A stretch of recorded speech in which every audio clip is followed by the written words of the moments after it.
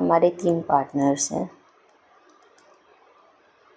Okay, इन तीनों partners ने through out the year क्या क्या एक्टिविटीज़ की, लास्ट में इनको मिला प्रॉफिट। अब ये प्रॉफिट कैसे बांटेंगे? मान लो नीलम ने 2 लाख इन्वेस्टमेंट किया, 5 लाख, 10 लाख। अब ये क्या कहेगा, मैंने तो 10 लाख किया, मुझे ज़्यादा मिलना चाहिए, 5 ये 2। तो लेकिन अगर कोई भी पहले से डिसाइड नहीं है कंडीशन, तो ये प्रॉफिट कैसे जाएंगे? इक्वली। और ये बताएगा कौन, किसकी हेल्प से इनको पता चलेगा? That is partnership act 1932। तो अगर पार्टनर्स को कोई चीज़ नहीं पता कि कैसे करना है, तो वो किसके अकॉर्डिंग चलते हैं? Partnership act 1932। लेकिन अगर ये पहले से ही इनका डिसाइडेड हो कि भाई इसने इन्वेस्टमेंट ज़्यादा करी है, मैंने कम करी है, मैंने सबसे कम करी है, तो वो पहले से ही क्या कर सकते हैं? अपने रेशो को डिसाइड कर सकते हैं। तो अगर कोई चीज़ पहले से डिसाइडेड है, तो वो पार्टनरशिप एक्ट के अकॉर्डिंग चलना ज़रूरी नहीं है, वो अपने टर्म्स एंड कंडीशन। और ये जो डिसाइडेड हुआ, ये किस में डिसाइडेड होगा? पार्टनर्स को एक एग्रीमेंट बनाना पड़ेगा, जिसको हम बोलते हैं पार्टनरशिप डीड। Got it? और जो ये पार्टनरशिप डीड होती है ना, रिटर्न डॉक्यूमेंट होता है, और इसको बनाना कंपलसरी नहीं है, बना भी सकते हैं, नहीं भी बना सकते हैं, वो उनके अपने रिलेशन के ऊपर है, पार्टनर्स का रिलेशन कैसा है। नेक्स्ट इज़ हमें पार्टनरशिप की फ़ीचर्स देखनी है। फ़ीचर्स क्या क्या है पार्टनरशिप की? 2 और मोर पर्सन्स, मतलब ये कि पार्टनरशिप में नाम ही इसका पार्टनर है, तो पार्टनरशिप में एक से ज़्यादा होगा। अगर सिंगल पर्सन हुआ, आपने 11th में भी पढ़ा होगा, सिंगल पर्सन को हम क्या बोलते हैं? Sole proprietorship. और उसको पूरा का पूरा जो बिजनेस है वो खुद ही मैनेज करना पड़ता है। He is the sole dictator of his own business. और जो लिमिट होती है हमारे पार्टनर्स की 2 to 50 है पार्टनरशिप एक्ट की। ये इंपॉर्टेंट पॉइंट है आपका, ये आ सकता है 1 लाइनर में। एग्रीमेंट, अभी हमने बताया कि एक एग्रीमेंट बनाते हैं पार्टनर्स, ओरल हो सकता है, रिटन हो सकता है। क्यों बनाते हैं? ताकि फ्यूचर के कोई भी डिस्प्यूट्स हो तो उनको हटाया जा सके, कि उनको अवॉइड किया जा सके। तो जो पार्टनर्स हैं ना, वो पार्टनरशिप में तभी कहलाए जाएंगे जब वो कोई बिजनेस करेंगे, दैट इज़ इकोनॉमिक एक्टिविटी करेंगे, उससे प्रॉफिट होगा। मान लो प्रिया नीलम है, इन्होंने क्या किया? एक बिल्डिंग खरीदी, तो ये क्या? ये पार्टनरशिप थोड़ी है, ये अब कहलाए जाएंगे को ओनर्स। ये को ओनरशिप है, जिन्होंने सिर्फ रिसोर्सेज लगाए, खरीद दिया। लेकिन अगर ये इस बिल्डिंग से कोई बिजनेस करें, तो वो उसको हम बोलेंगे partnership. Got it? Joint owner अलग चीज़ है, पार्टनर्स अलग चीज़ है, दोनों डिफरेंट थिंग्स हैं। Next is mutual agency. Mutual agency मतलब ये कि जो पार्टनर्स हैं वो आपस में प्रिंसिपल भी रहेंगे, एजेंट भी रहेंगे। एक टाइम पे ये प्रिंसिपल है, ये एजेंट है, तो दूसरे टाइम पे ये एजेंट बन सकता है, ये प्रिंसिपल बन सकता है। मतलब ये कि प्रिंसिपल मतलब सुपीरियर, इसकी बात इन सबको माननी पड़ेगी, और अगर ये एजेंट है तो इसको सबकी बात माननी पड़ेगी। ओके, तो जो हमारे पार्टनर्स है बहुत प्रिंसिपल एंड एजेंट है। शेयरिंग ऑफ प्रॉफिट्स, तो जो प्रॉफिट्स है वो बटेगा। अभी हम बात करते हैं मैगी बनेगी तो सब में बटेगी। तो जो प्रॉफिट्स हैं, अगर कोई भी कुछ भी डिसाइडेड नहीं है तो प्रॉफिट्स क्या है? इक्वली जाएंगे। अगर डिसाइडेड है डीड के अकॉर्डिंग, तो वो डीड के अकॉर्डिंग जाएगा। Okay, next is liability of partners. जो पार्टनर्स की लाइबिलिटी है वो अनलिमिटेड है। अनलिमिटेड लाइबिलिटी का मतलब ये कि अभी हमने एक एग्जांपल लिया था थोड़ी देर पहले कि फर्म की लाइबिलिटी है 12 लाख, ये है फर्म। पार्टनर्स ने इन्वेस्ट किया है, इन्होंने किया है 7 लाख, इन्होंने किया है 3 लाख, तो टोटल पार्टनर्स की लाइबिलिटी बनी 10 लाख। लेकिन जो 2 लाख एक्स्ट्रा बन रहे हैं उनको पार्टनर्स को अपने पर्सनल एसेट्स बेच के भी देना पड़ सकता है। तो जब लाइबिलिटी आपकी इन्वेस्टमेंट से भी ज़्यादा हो जाए तो उसको हम बोलते हैं अनलिमिटेड लाइबिलिटी। अगर 10 लाख ही इन्वेस्ट किए और 10 लाख ही लाइबिलिटी में देने पड़ते तो उसको हम बोलते हैं लिमिटेड लाइबिलिटी। को पता है जितना उन्होंने इन्वेस्ट किया है सिर्फ उतना ही जाएगा, लेकिन अब नहीं पता, जितनी फर्म की लाइबिलिटी होगी वो सब देना पड़ेगा। तो पार्टनरशिप डीड क्या है? I hope now you all know what is partnership deed. Partnership deed बना लेते हैं हम, एक एग्रीमेंट है जिसमें सारी टर्म्स एंड कंडीशन, सैलरी दी जाएगी, प्रॉफिट दी जाएगा, रेम्यूनरेशन क्या क्या दी जाएगी, एक्स्ट्रा कमीशन क्या क्या होगा, वो सब हमारे पार्टनरशिप डीड में बताता है। तो पार्टनरशिप डीड क्या है? सबसे पहले रिटन डॉक्यूमेंट है, पार्टनरशिप की टर्म्स एंड कंडीशंस को बताएंगे। इट कैन बी ओरल और रिटन। ओके, तो पार्टनरशिप डीड ओरल भी हो सकती है, रिटन भी हो सकती है, लेकिन रिटन को प्रेफरेबल कहा गया है क्योंकि वो, अब मान लो अभी हम पार्टनरशिप स्टार्ट कर रहे हैं, मैंने कहा हाँ अभी हमारी बॉन्डिंग बहुत अच्छी, मैंने कहा नहीं यार प्रिया अच्छे प्रॉफिट ले, प्रिया को ज़्यादा प्रॉफिट मिलेगा, मैं कम ले लूँगी। सपोज 2 years लेटर हमारी बॉन्डिंग सेम नहीं है, अब मुझको बुरा लगे यार इसके ज़्यादा प्रॉफिट है मेरे कम है, तो इन सब डिस्प्यूट को अवॉइड करने के लिए रिटन जो पार्टनरशिप डीड है वो प्रेफरेबल है।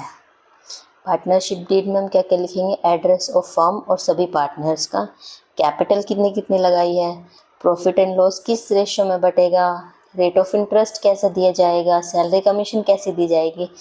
अगर पार्टनरशिप डीड में ये सब लिखा हुआ है तो वेल एंड गुड है, अगर नहीं लिखा हुआ तो अभी मैंने बताया था आपको हम किसके अकॉर्डिंग चलेंगे, पार्टनरशिप एक्ट 1932।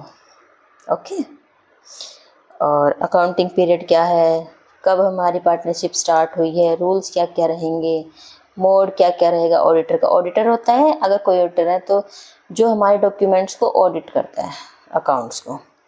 हर पार्टनर की राइट ड्यूटी लाइबिलिटी क्या क्या रहेगी, लॉस को हम कैसे ट्रीट करेंगे, वो अगर कोई पार्टनर इंसॉल्वेंट है। I hope you all no insolvency. Insolvency एक टर्म है जब यूज़ की जाती है कि कोई भी पार्टनर अपने डेट्स को देने की कैपेसिटी उसकी नहीं है ना, इनएबिलिटी टू पे डेट्स।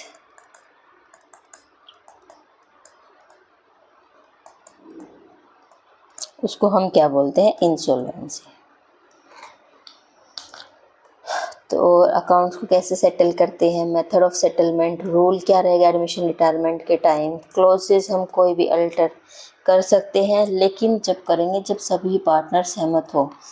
हमको चेंज करना है कि नहीं यार मुझे ना 2% एक्स्ट्रा कमीशन चाहिए, ये थोड़ी मैंने मान लिया और तो हो गया, नहीं। जब तक मेरे अलावा जो पार्टनर्स हैं हर कोई अपनी रजामंदी नहीं देगा तब तक हम कोई भी क्लॉज में चेंज नहीं कर सकते। अगर पार्टनरशिप डीड साइलेंट है, अगर पार्टनरशिप डीड नहीं है तो हम किस मैटर में कैसे चलेंगे पार्टनरशिप डीड, ये पार्टनरशिप एक्ट के अकॉर्डिंग। तो देखो सबसे पहले प्रॉफिट शेयरिंग रेशो, अगर कुछ नहीं है तो प्रॉफिट शेयरिंग रेशो हम इक्वल देंगे। इंटरेस्ट ऑन कैपिटल, सिंपल सा कंसेप्ट है कि अगर नहीं दिया है तो किसी को कुछ भी एक्स्ट्रा नहीं मिलेगा। इंटरेस्ट ऑन कैपिटल मत दो, इंटरेस्ट ऑन ड्रॉइंग्स मत दो, इंटरेस्ट ऑन लोन, लोन पे हम इंटरेस्ट देंगे और वो भी 6% per annum. This is most important point. अगर किसी पार्टनर ने लोन दिया है, मान लो प्रिया ने फर्म को अपने पैसे से लोन दिया, कैपिटल से अलग, तो उसको जो लोन दिया, जो उसने लोन दिया है उस पर उसको इंटरेस्ट मिलेगा 6% पर एनम। सैलरी रेम्यूनरेशन मत दो, नहीं देना, अभी बात हुई ना, कुछ भी एक्स्ट्रा नहीं देना है, केवल इंटरेस्ट ऑन पार्टनर्स लोन, और प्रॉफिट जो बटेगा वो इक्वल है। तो हम एक एग्जांपल लेते हैं, मोहन और श्याम क्या है, पार्टनर्स है, पार्टनरशिप डीड साइलेंट है। तो आप बताओ कि किस केस में क्या होना चाहिए। Do not focus on answers, सबसे पहले सिर्फ क्वेश्चन पढ़ो। Mohan wants salary of 10,000, Mohan कह रहा है मुझे तो 10,000 की सैलरी चाहिए। क्यों चाहिए भी, जब पार्टनरशिप डीड नहीं है तो कोई सैलरी नहीं मिलेगी। श्याम ने लोन दिया है, अभी हमने लोन की बात करी ना, श्याम ने लोन दिया है और उसका कहना है कि मुझे 10% इंटरेस्ट चाहिए। लोन ठीक है, इंटरेस्ट भी ठीक है, लेकिन कितना देना चाहिए interest, only 6% per annum. Capital जो है वो मोहन की 20 है, श्याम की 50 है, मोहन को इक्वल शेयर चाहिए, तो ऑब्वियसली शेयर तो इक्वल ही होगा। जब पार्टनरशिप डीड साइलेंट है तो सब कुछ इक्वली बंटता है, किसी को कुछ एक्स्ट्रा नहीं दिया जाएगा। Got it? Special aspects of partnership accounts, मतलब ये कि पार्टनरशिप जो है वो अलग कैसे है सोल प्रोप्राइटर से। अब देखो, एक हम बात लेते हैं, ये हमारा सोल प्रोप्राइटरशिप बहुत ही स्ट्रॉन्ग, ये है हमारे पार्टनर्स। ओके, अब आप ये बताओ, ये एक पर्सन है, ये 3 पर्सन है, ये कितना भी एफिशिएंट हो लेकिन 3 के बराबर तो नहीं मैनेज कर पाएगा ना। तो सोल प्रोप्राइटरशिप में एडवांटेजेस भी है, डिसएडवांटेजेस भी है। सोल प्रोप्राइटरशिप की एडवांटेजेस क्या है कि इनको फ्लेक्सिबिलिटी मिलती है, अपने हिसाब से काम कर सकता है, कॉस्ट कम पड़ती है। लेकिन डिसएडवांटेजेस क्या क्या है कि वो हर जगह हर चीज़ नहीं कर सकता खुद से। अब मान लो किसी की एक शॉप है, अब उसको क्या करना है, किसी क्लाइंट से मिलने जाना है या कोई रॉ मटेरियल परचेज करने जाना है, कुछ भी मान लो, तो अब वो क्या करेगा, उसको शॉप क्या करनी पड़ेगी, बंद करनी पड़ेगी। लेकिन यही आप बात लो, पार्टनरशिप है, तो ये क्या कर रहा है, ये अपने शॉप पे बैठा है, ये क्लाइंट से मिलने गया है, ये रॉ मटेरियल लेने गया है। तो पार्टनरशिप के अपने फ़ायदे हैं, क्यों? क्योंकि इसमें रिसोर्सेज भी ज़्यादा होते हैं, तो बिजनेस भी एफिशिएंट होएगा। ओके, तो सोल प्रोप्राइटरशिप की जो डिसएडवांटेजेस है वो पार्टनरशिप फुलफिल कर देगी। मतलब ये, अब पार्टनरशिप अकाउंट्स हम बनाते कैसे, ये हम बात करेंगे। पार्टनरशिप अकाउंट सोल प्रोप्राइटरशिप के जैसा ही बनता है यार, उसमें भी प्रॉफिट निकालना है, इसमें भी प्रॉफिट निकालना है, मेन तो हमारा मोटिव प्रॉफिट निकालना है। लेकिन कुछ चीज़ें हैं जो हम अलग बनाते हैं, उसमें अकेला था वो तो कोई अकाउंट नहीं बन रहा था, इसमें बनेगा पार्टनर कैपिटल अकाउंट। और जो ये कैपिटल अकाउंट होता है ना, ये 2 तरीके का होता है, एक फिक्स्ड और जो दूसरा है वो है फ्लक्चुएटिंग। ओके, तो फ्लक्चुएटिंग का मतलब तो इससे पता चल रहा है कि जो चेंज हो रहा है, फिक्स का मतलब जो फिक्स है।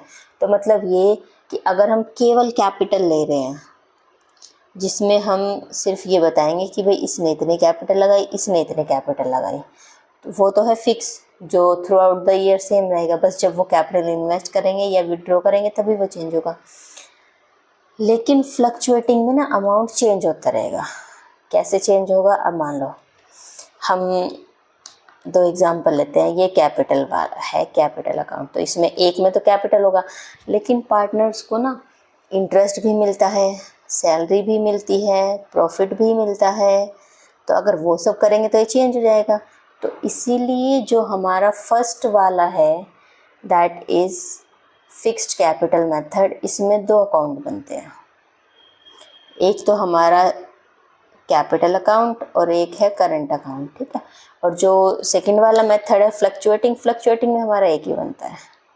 जो डिटेल में है मैं इसको आगे बताऊंगी, पर अभी आप ये समझ लीजिए कि फ्लक्चुएटिंग में एक ही बनेगा, उसमें प्रॉफिट इंटरेस्ट सब उसी में रहेगा, कैपिटल वगैरह। नाउ प्रॉफिट एंड लॉस हम डिस्ट्रीब्यूट, सोल प्रोप्राइटर क्या था, जितना प्रॉफिट आया सब उसकी पॉकेट में, लेकिन इसमें तो पार्टनर्स में बांटना पड़ेगा।